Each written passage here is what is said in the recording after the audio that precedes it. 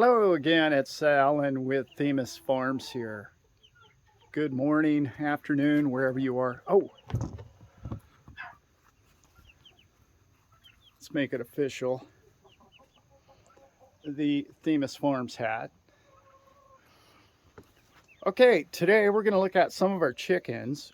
We've recently had a couple of questions online, and what's our process? How are we going about, in specifics, just our breeding situation right now, as best I can describe it. My wife Elizabeth's a whole lot better at this. But this is a brooder box, so we go from the incubator to the brooder box. And here's some guys in there now. This is heated, and it's very, I made this box. And the chickens love to jump on top, so we had to screen both the top and the bottom. It works out pretty good.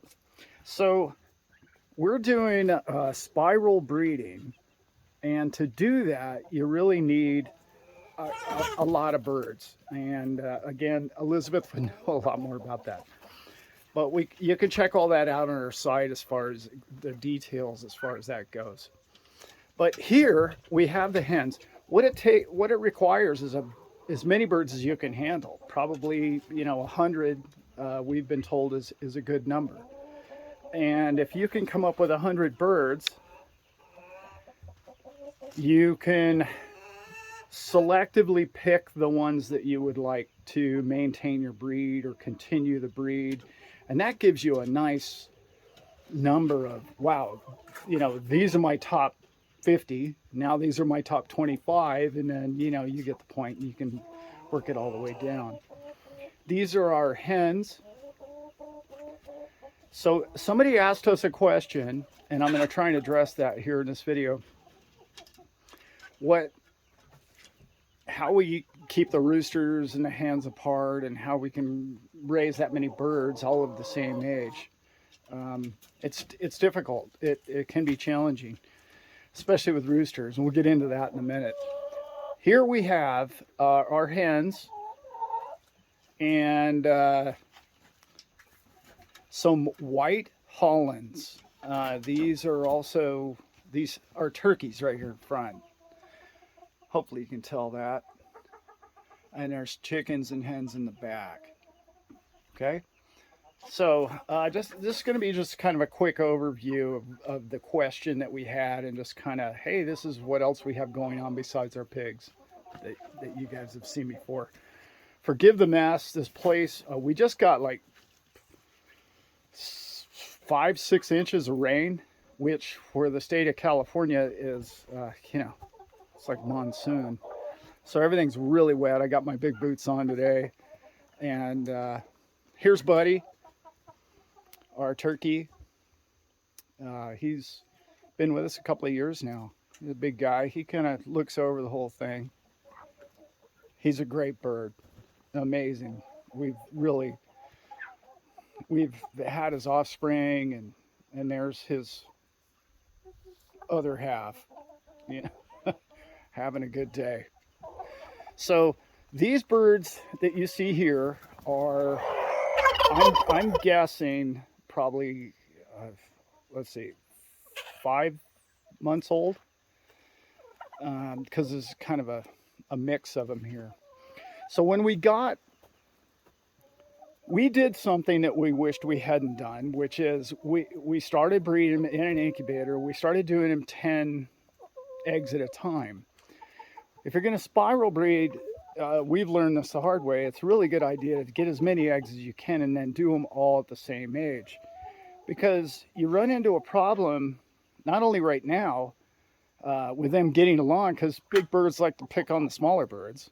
And that's just kind of, that's the pecking order, right? So if you can get them all at the same time, if you have the facility and the size and the knowledge, we didn't have the knowledge at that point, and we were learning the hard way, that if you can get them all to grow up together, they'll get along a lot better. So I am going to try and address that question that we received from a gal who said, how is it you can keep that many roosters all in one place together? Because roosters, as we know, can be a real challenge. And you can see this guy's a rooster right here, but he's younger than these guys. How we do that is we make sure that they're all pretty much the same age. We make sure that as best you can, right? And we also make sure that they're well fed, plenty of water. Of course, as I look over, the bowl's empty. That's great. But we feed them twice a day. We feed them organic food. That'll be another video. These guys, I want to say, are 5 months old. I believe we just talked about it. 5-6 months old. And you can see they're Bresse roosters. They're not a huge breed, but we've really grown to love them.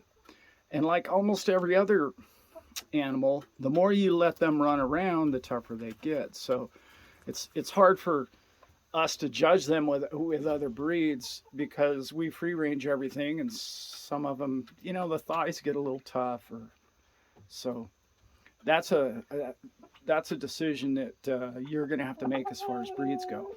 I'm going to get into that in another video. This is really trying to address, let me get back on subject here. This is trying to address the spiral breeding and how we do this. If these roosters all grow up together and you separate the hens at a fairly early age, they become, you know, brothers. They're not in competition to mate with the hens, and they seem to get along a lot better. Now, roosters being roosters, they're gonna fight.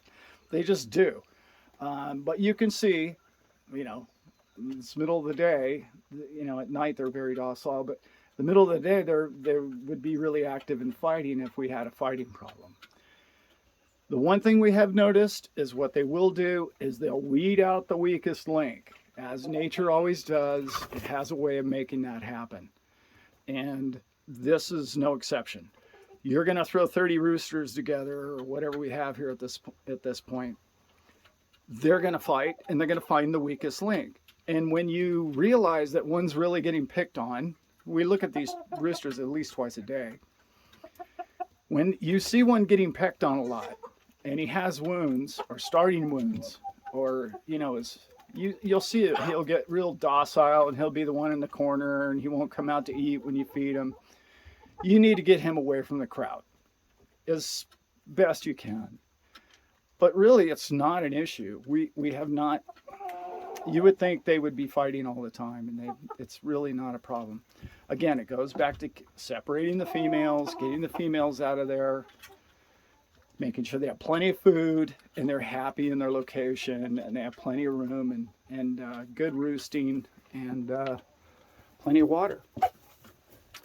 So that's our best answer, because, you know, we're not experts at this, but that's what we do, and it works for us. And it might be breed specific. I don't know. There could be a lot more ornery breeds than these Bresse. These Bresse have been great for us. We love them. That's about all I can think of as far as that. I'm not going to get into size and cooking them at this point. We're going to do many other videos about that. So again, excuse the mess, but we'll pan back over what we just did. And we'll go back to the hens. Here's the hens. And we have many other hens too. This isn't all of them, but this is quite a few of them. And the white Holland turkeys. That guy right there. And it's late October, almost the 1st of November, and he's clearly not going to be there for Thanksgiving. He's maybe next year.